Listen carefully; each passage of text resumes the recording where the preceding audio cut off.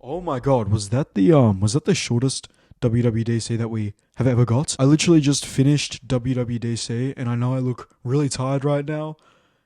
And that's because I am. It's currently 4:20, 4:20 in Australia right now, and that's because WWDC starts at 3 in the morning, and usually it goes to like 5 o'clock. And I've got school today, and I pulled an all-nighter. I did not sleep a single hour, so please subscribe. But that was interesting. Okay, so before we get into like the big headline Siri AI stuff and all the Apple Intelligence features, we'll get to that in a minute. But starting off with iOS, this is the first time that I've ever watched a WWDC and they don't go, here's what's with iOS, here's what with macOS. Everything was just very concise. They kind of openly admitted, let me take these freaking things out. They kind of openly admitted to iOS recently becoming kind of not that good. I found it very like different of Apple, but also very good for them to be so open and be like, today we're going to talk about performance and enhancing our software experiences. So the first thing that they talked about across all watchOS, iOS, macOS, stuff like that, visionOS, was refining and improving things. So if you have been using iOS 26, you know that it's an absolute mess. There's bugs everywhere and the liquid glass design is quite inconsistent and just not very good in some cases. They were just like, hey, we sharpened up the macOS corners like how they used to be, so they're not this bubbly thing anymore, and everything is all consistent with each other. And they also refined liquid glass quite a bit. I noticed in some of the screenshots, like, it looks more premium looking, it looks less plasticky, and it looks more like glass but more silvery. It's hard to explain. I haven't got the betas yet. I don't think they're out right now, but just looking at the screenshots, it does look a little bit different. And from the start of iOS 26 right till the end of iOS 26, they were constantly refining liquid glass, because some people were like, it's too frosted, some people said it was too transparent. When it first came out, everyone was like, it's too transparent, it's unreadable, and some said it's too frosted. Now it's got a default look which is sort of a middle ground, but this completely shocked me. I didn't think they'd actually do this, but I'm so happy they did. They introduced a slider. Personally, I'm probably going to go full liquid glass, but I think it's great because it is very un-Apple-like to not be confident in their design and roll things back. Instead of everyone complaining about liquid glass, now you can just choose exactly how it looks. They also made some crazy statements about how they're fixing up a lot of bugs. They said apps will launch 30% faster now, which is pretty insane considering they already launch instantly. And they also said things like AirDrop will be 80% faster, which is absolutely insane because AirDrop is really slow. They also said like iPad files will transfer to an SSD 3 times faster, making it more like the Mac Finder. There's just so many little refinements. They went into the code and edited a lot of things. I'm honestly just really excited because my iPhone, using it, it's been so sloppy recently and garbage. There's been so many bugs, and the fact that Apple is addressing that is fantastic. They also kind of redesigned the redesign, which was liquid glass. The icons look slightly different and more glassy, but they made them more sharp, because if you look at iOS 26, the icons were a little bit blurry to look at, but now they look a little bit sharper, and it does look a little bit off at first, but I do think it looks a lot more like 18, but it's also infusing more liquid glass, so it's a bit of both. And one of the most exciting things, which I was not expecting of Apple to do, was adding custom EQ to the AirPods, and it's such a slick, clean user interface. I can't wait to play around with that. They also talked about connectivity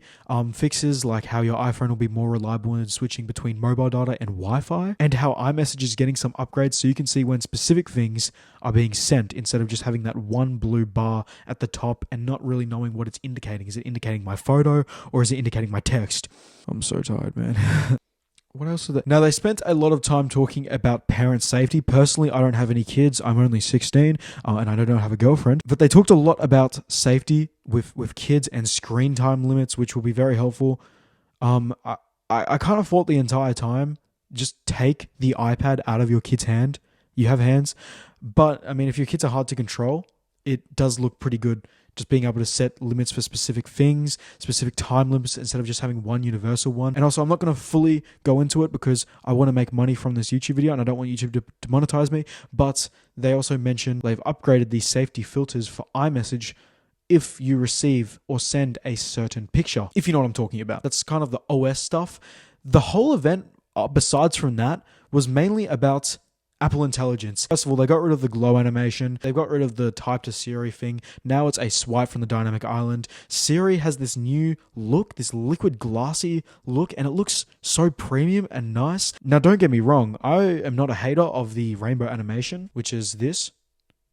I think that looks really sweet and really clean, but it does look kind of tacky and cheap looking. When I first saw it like 2 years ago, it just didn't look very Apple-like. It just looked kind of Copilot-y, and it was very gradient-like, but now it has this more sort of Apple premium look and everything's glowy. I assume they're going to be doing the HDR stuff, which they do with liquid glass with this as well. I love that new Siri animation where it expands and it's all glassy. Like if you've watched the keynote, you know what I'm talking about. It does look really nice and premium. My friend just messaged me saying what my take is. I'm going to reply to that in a sec. So Siri has personal context across all your apps, iMessages, past conversations. If you choose to share that, obviously every choice is yours, what you want to share with Siri. Now, the on-device features are for the iPhone 17, I think iPhone 17 Pro, and the M4 chip or later, because it does take a lot of processing power, but the private cloud compute features are available for all current Apple Intelligence devices, which means you do need to offload some of what you're doing on your phone to the cloud. But Apple did make pretty big statements about how your data is still very secure. But I'm getting very sidetracked. My mind's a mess. I'm literally running off no sleep. I'm running on caffeine right now. Now, I will say it did look very, very slow in some situations.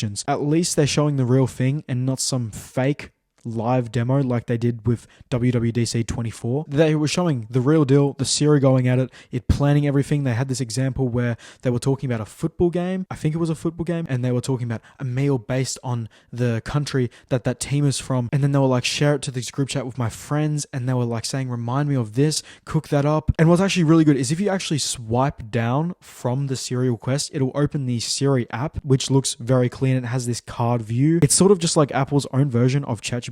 I do like how Siri has its own dedicated app now, so you can actually have conversations with it and look at past conversations. There is so much to talk about right now. I'll make a video in the future about everything this AI Siri has to offer, and after I've done some testing of it. But right now, just look it up. Just honestly, Siri, it's having a major glow up. I just really hope they deliver on it this time. But I think that what they've done is good, and it's not over the top AI slop where it's everywhere. There's also a new built-in like grammar checker. So instead of having to go into the proofread Apple Intelligence writing tools, you can it'll just pop up with suggestions as you type, which is really nice. This also works across the Mac, iPhone, iPad. I noticed on the Mac, Spotlight Search has kind of been replaced by the new Ask Siri thing. So the current Spotlight Search UI that they introduced in Tahoe, I don't know what's actually going to happen with that. Oh, and speaking of macOS, it's called Golden Gate. So it looks like they're calling it off Gates now. So yeah, there's photorealistic images in Image Playground now, which the example they showed did look kind of creepy and kind of AI sloppy, if I must say. But one thing I'm really looking forward to is the shortcuts builder with AI. This is a little thing, but shortcuts, if you've ever tried to build them, now there's so many different complex actions and blocks that you can choose from. And I'm a tech nerd, yeah, but I don't know how to really do all of that, and I don't have the time for that. Like, I recently tried to make my action button on my iPhone do certain things based on my location and do certain things based on the time. I could get the time sorted out, but I didn't know how to get the location sorted out. So if I can just be like Siri, build me a shortcut that does this and this and this and that, then that's really cool. I'm going to get these dev betas installed. I honestly don't know if I should sleep right now or if I should stay up and just, I don't know what's better. But please subscribe. I want to try to get to 20k by the end of June. Oh, and also visual intelligence is inside the camera app. I forgot to mention that. It's inside the camera app. I think they're probably going to move it though. I think people are going to complain about it being like in between photo and portrait. Oh, wait a minute. Speaking of the camera app, they didn't show the customizable camera. I don't know. I think they just maybe I'm hoping maybe they just skipped over a few things to put in most of the time for Apple Intelligence features, because there were so many leaked and rumored features which sounded really nice. But I'm going to get the dev betas and I'm going to have a play around with them, and go follow my TikTok and Instagram because I'll post a lot of short form content there. Subscribe.